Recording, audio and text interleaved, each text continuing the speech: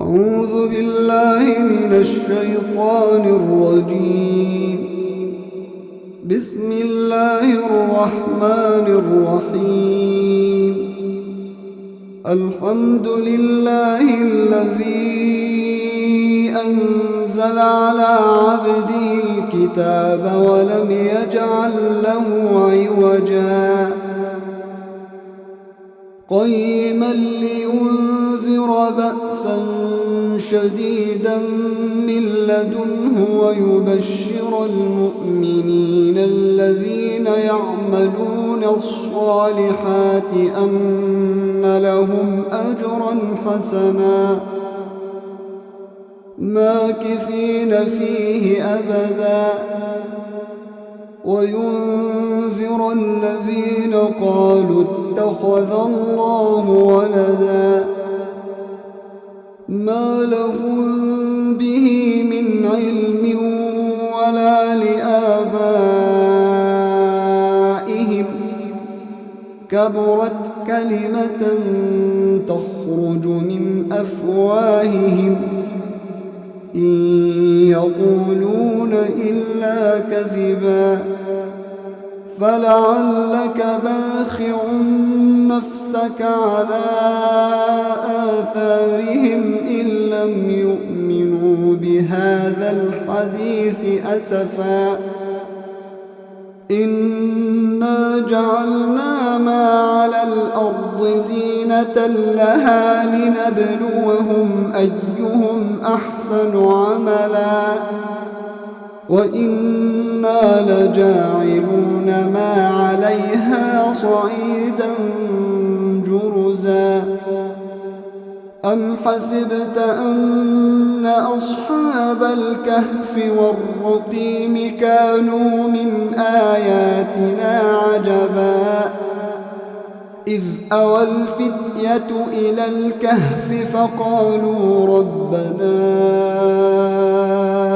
آتنا من لدنك رحمة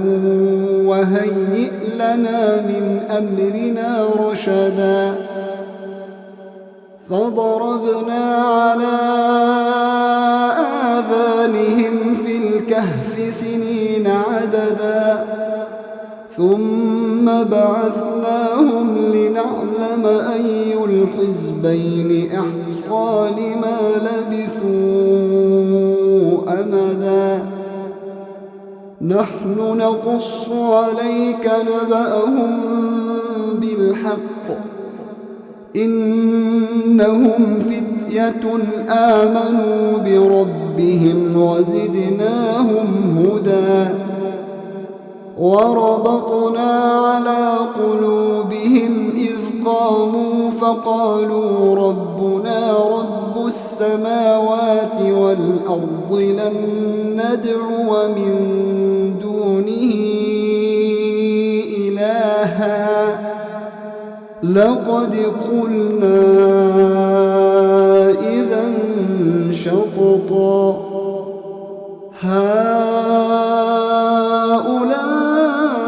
هؤلاء قومنا اتخذوا من دونه آلهة لولا يأتون عليهم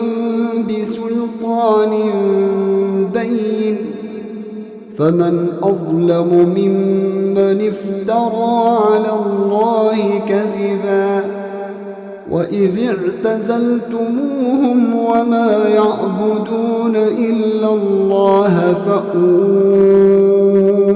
إلى الكهف ينشر لكم ربكم من رحمته ويهيئ لكم من أمركم مرفقا وترى الشمس إذا طلعت تزاور عن كهفهم ذات اليمين وإذا غربت تقرضهم ذات الشمال وهم في فجوة منه ذلك من آيات الله من يهد الله فهو المهتد ومن يضلل فلن تجد له وليا مرشدا وتحسبهم أيقاظا وهم رقود ونقلبهم ذات اليمين وذات الشمال وكلبهم باسط ذراعيه بالوصيد لو اطلعت عليهم لوليت منهم فرارا ولملئت منهم رعبا وكذلك بعثناهم ليتساءلوا بينهم قال قائل منهم كم لبثتم قالوا لبثنا يوما أو بعض يوم قالوا ربكم أعلم بما لبثتم فابعثوا أحدكم بورقكم هذه إلى المدينة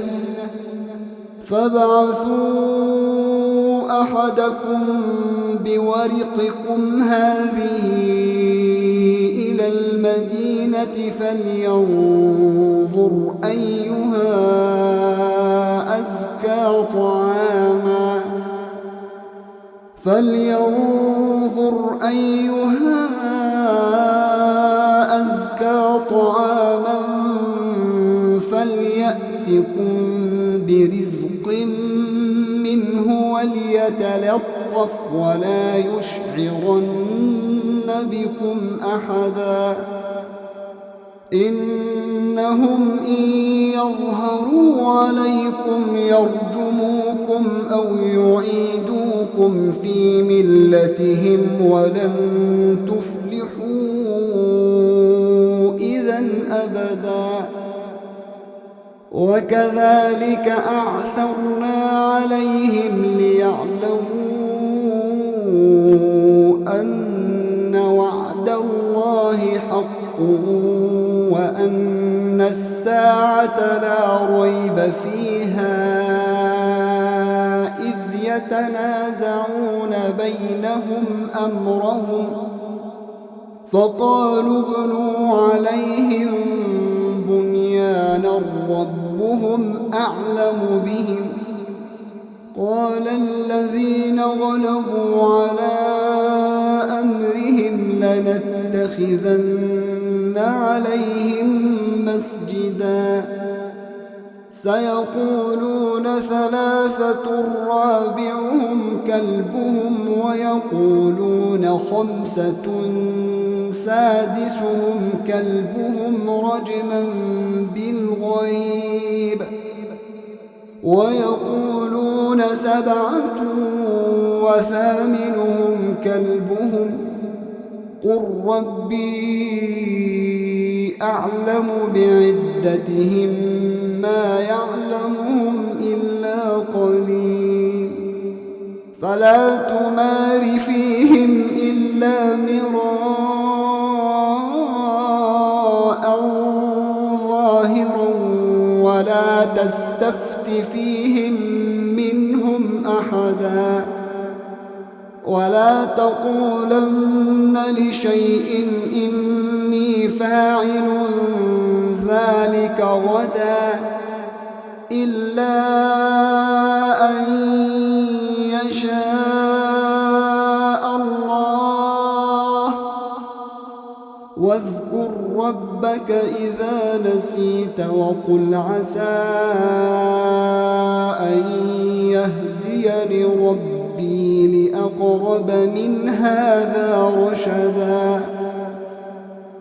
ولبثوا في كهفهم 300 سنين وازدادوا 9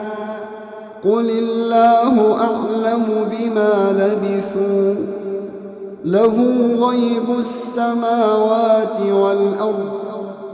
أبصر به وأسمع ما لهم من دونه من ولي ولا يشرك في حكمه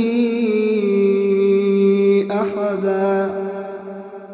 واتل ما أوحي إليك من كتاب ربك لا مبدل لكلماته ولن تجد من دونه ملتحدا واصبر نفسك مع الذين يدعون ربهم بالغداة والعشي يريدون وجهه ولا تعد عيناك عنهم تريد زينة الحياة الدنيا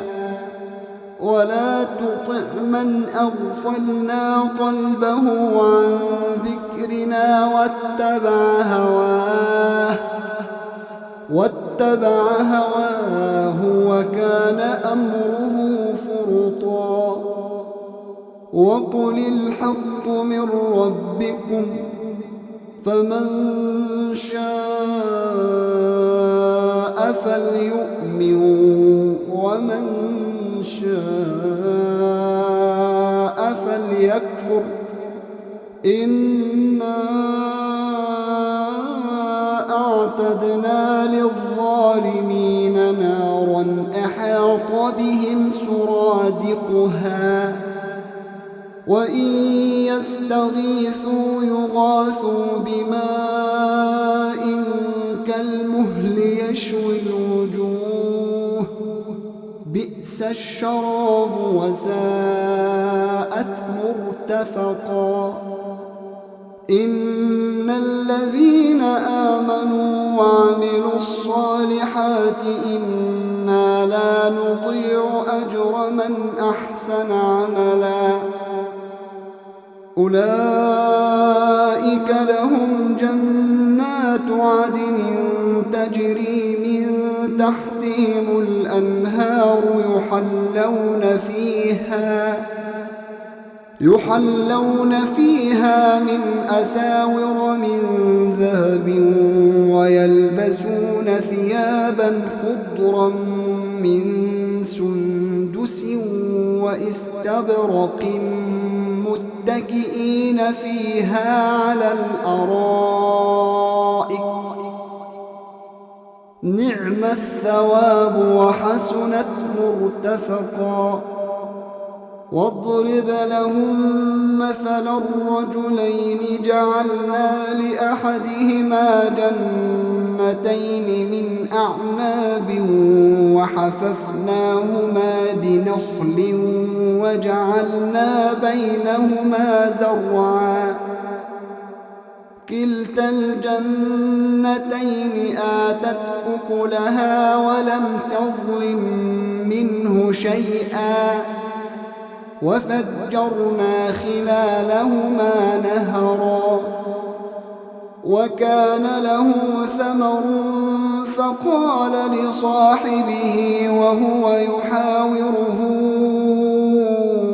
أنا أكثر منك مالا وأعز نفرا ودخل جنته وهو ظالم لنفسه قال ما أظن أن تبيد هذه أبدا وما أظن الساعة قائمة ولئن رددت إلى ربي لأجدن خيرا منها منقلبا قال له صاحبه وهو يحاوره أكفرت بالذي خلقك من تراب ثم من نطفة ثم سواك رجلا لكن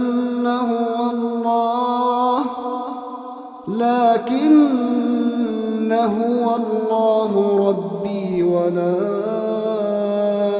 أشرك بربي أحدا ولولا إذ دخلت جنتك قلت ما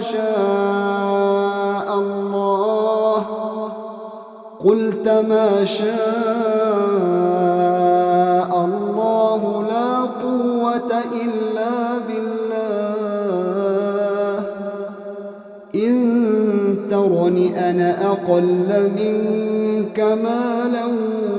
وولدا فعسى ربي أن يؤتيني خيرا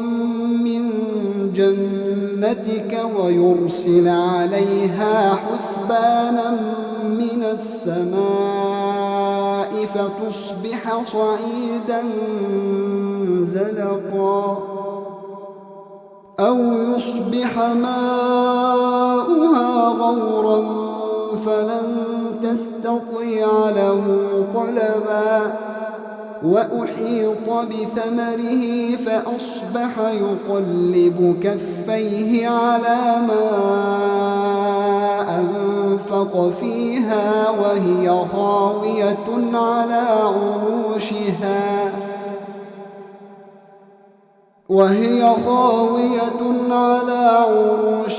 ويقول يا ليتني لم أشرك بربي أحدا ولم تكن له فئة ينصرونه من دون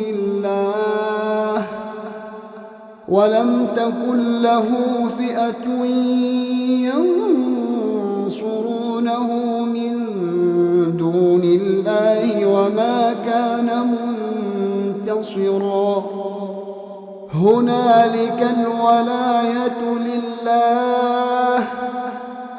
هنالك الولاية لله الحق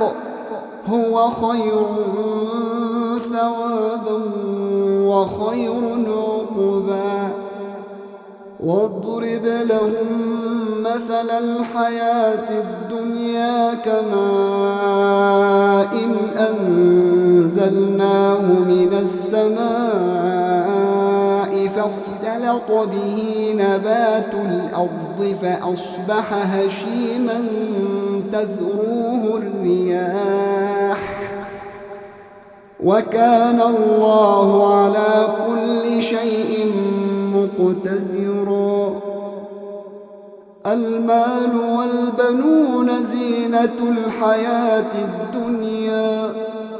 والباقيات الصالحات خير عند ربك ثوابا وخير أملا ويوم نسير الجبال وترى الأرض بارزة وحشرناهم فلم نغادر منهم أحدا وعرضوا على ربك صفا لقد جئتمونا كما خلقناكم أول مرة بل زعمتم أن لن نجعل لكم موعدا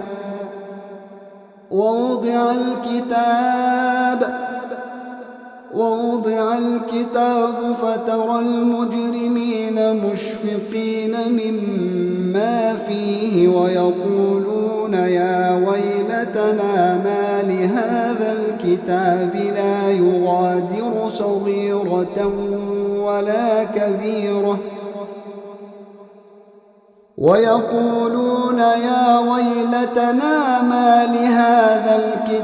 لا يغادر صغيرة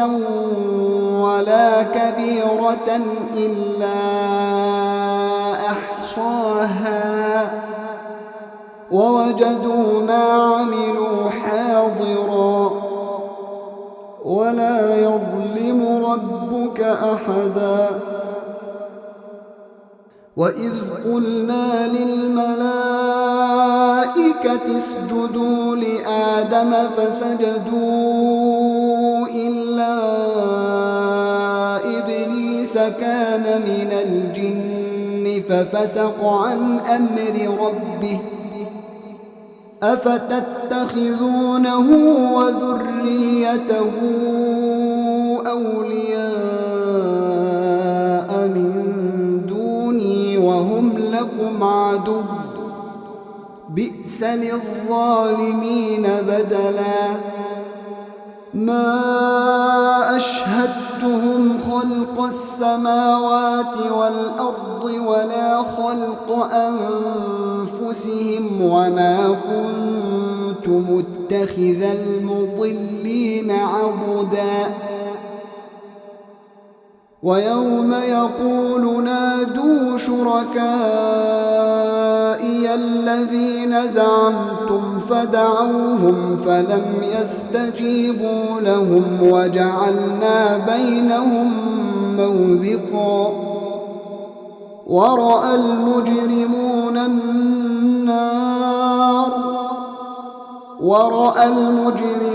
النار فظنوا أنهم مواقعوها ولم يجدوا عنها مصرفا ولقد صرفنا في هذا القرآن للناس من كل مثل وكان الإنسان أكثر شيء جدلا وما منع الناس أن يؤمنوا إذ جاءهم الهدى ويستغفروا ربهم إلا أن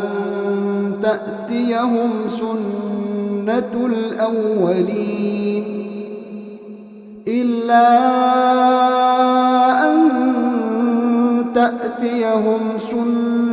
الأولين أو يأتيهم العذاب قبلا وما نرسل المرسلين إلا مبشرين ومنذرين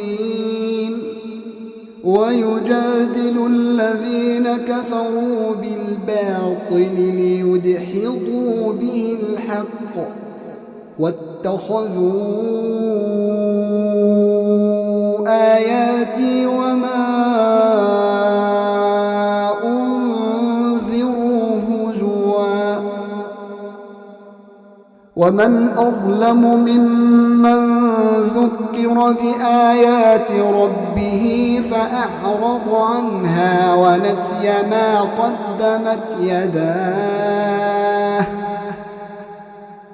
إنا جعلنا على قلوبهم أكنة أن يفقهوه وفي آذانهم وقرا وإن تدعوهم إلى الهدى فلن يهتدوا إذن أبدا وربك الغفور ذو الرحمة لو يؤاخذهم بما كسبوا لعجل لهم العذاب بل لهم موعد لن يجدوا من دونه موئلا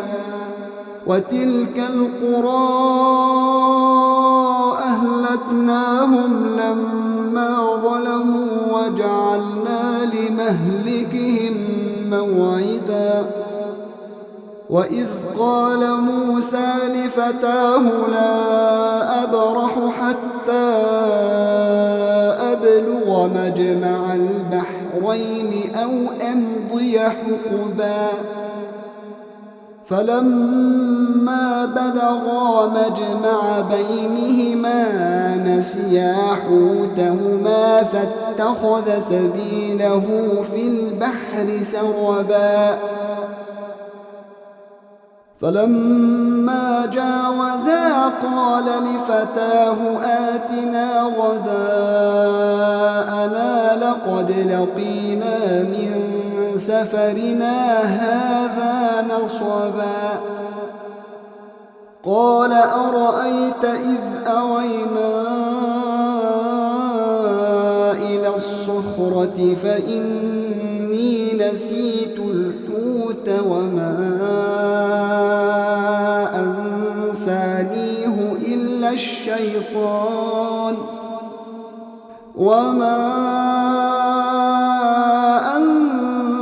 أنسانيه إلا الشيطان أن أذكره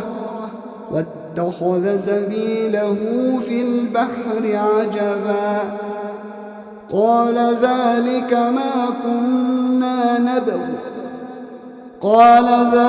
ما كنا نبغي فارتدا على آثارهما قصصا فوجدا عبدا من عبادنا آتيناه رحمة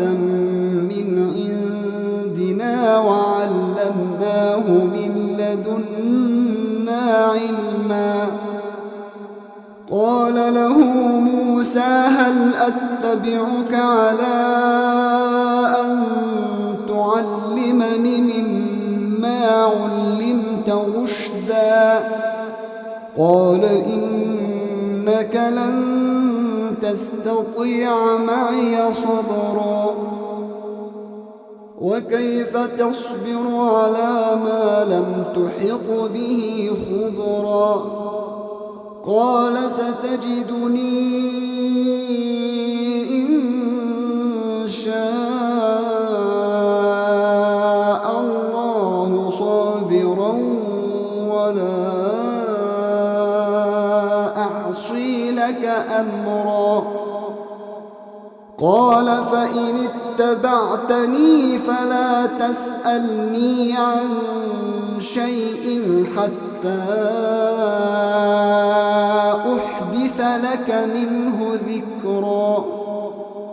فانطلقا حتى إذا ركبا في السفينة خرقها قال أخرقتها لتغرق أهلها لقد جئت شيئا إمرا قال ألم أقل إنك لن تستطيع معي صبرا قال لا تؤاخذني بما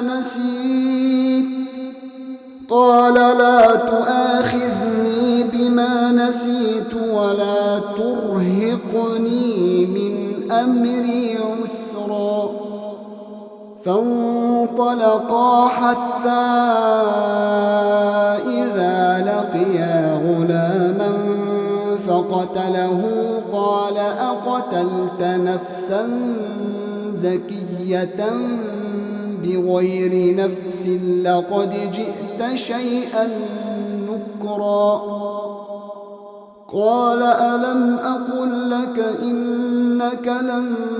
تستطيع معي صبرا قال إن سألتك عن شيء بعدها فلا تصاحبني قد بلغت من لدني عذرا فانطلقا حتى إذا أتيا أهل قرية استطعما أهلها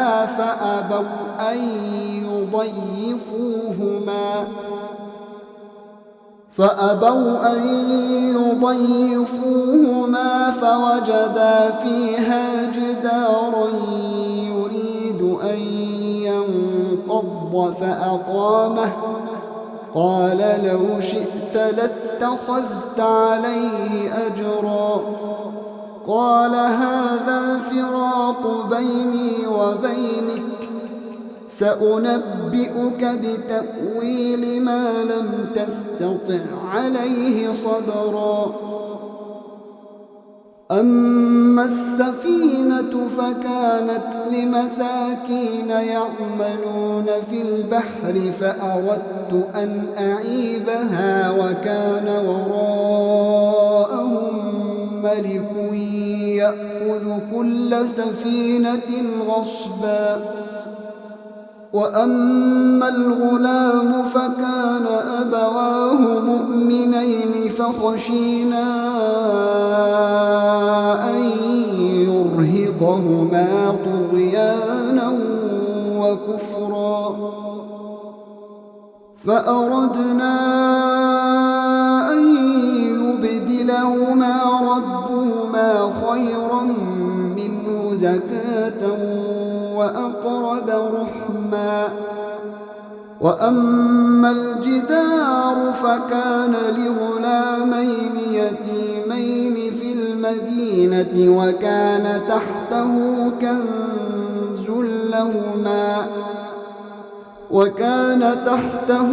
كنز لهما وكان أبوهما صالحا فأراد ربك أن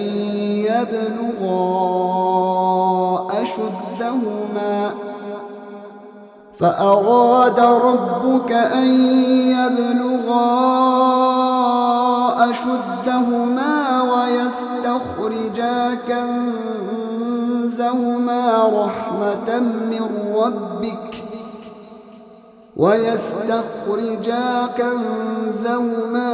رحمة من ربك وما فعلته عن أمري ذلك تأويل ما لم تستطع عليه صبرا. ويسألونك عن ذي القرنين قل سأتلو عليكم منه ذكرا. إنا مكنا له في الأرض وآتيناه من كل شيء سببا فأتبع سببا حتى إذا بلغ مغرب الشمس وجدها تغرب في عين حمئة ووجد عندها قوما قلنا يا ذا القرنين إما أن تعذب وإما أن تتخذ فيهم حسنا. قال أما من ظلم فسوف نعذبه ثم يرد إلى ربه فيعذبه عذابا نكرا. وأما من آمن وعمل صالحا فله جزاء الحسنى وسنقول له من أمرنا يسرا. ثم أتبع سببا حتى إذا بلغ مطلع الشمس وجدها تطلع على قوم لم نجعل لهم من دونها سترا. كذلك وقد أحطنا بما لديه خبرا. ثم أتبع سببا حتى إذا بلغ بين السدين وجد من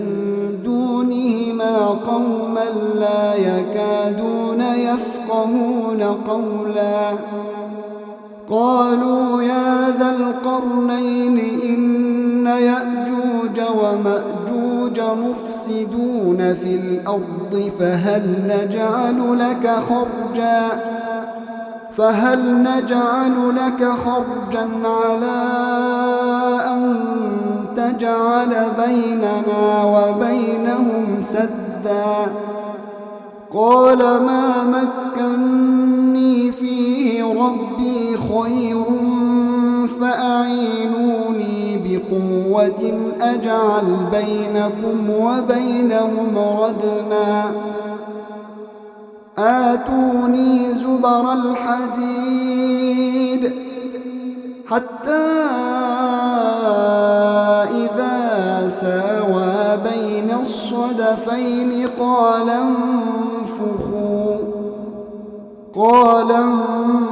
انفخوا حتى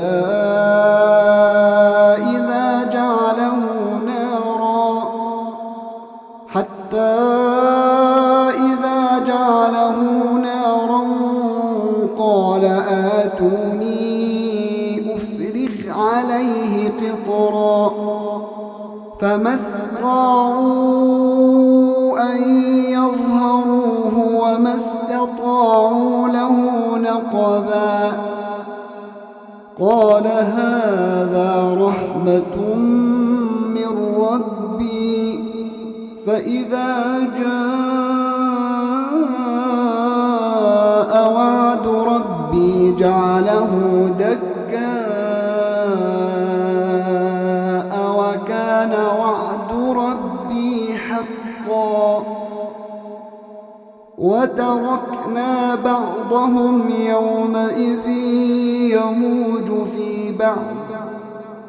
ونفخ في الصور فجمعناهم جمعا وعرضنا جهنم يومئذ للكافرين عرضا الذين كانت أعينهم في غطاء عن ذكري وكانوا لا يستطيعون سمعا أفحسب الذين كفروا أن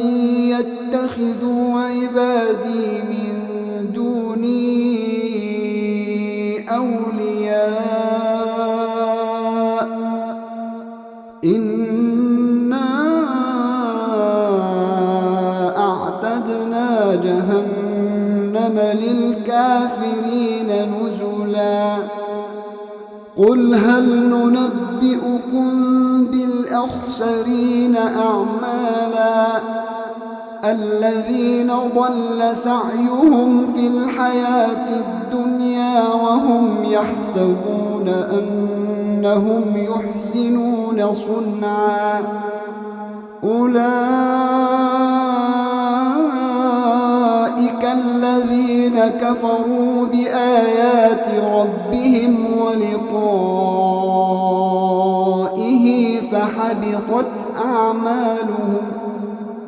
فحبطت أعمالهم فلا نقيم لهم يوم القيامة وزنا ذلك جزاؤهم جهنم بما كفروا واتخذوا آياتي ورسلي هزوا إن الذين آمنوا وعملوا الصالحات كانت لهم جنات الفردوس نزلا خالدين فيها لا يبغون عنها حولا قل لو كان البحر مدادا لكلمات ربي لنفد البحر قبل أن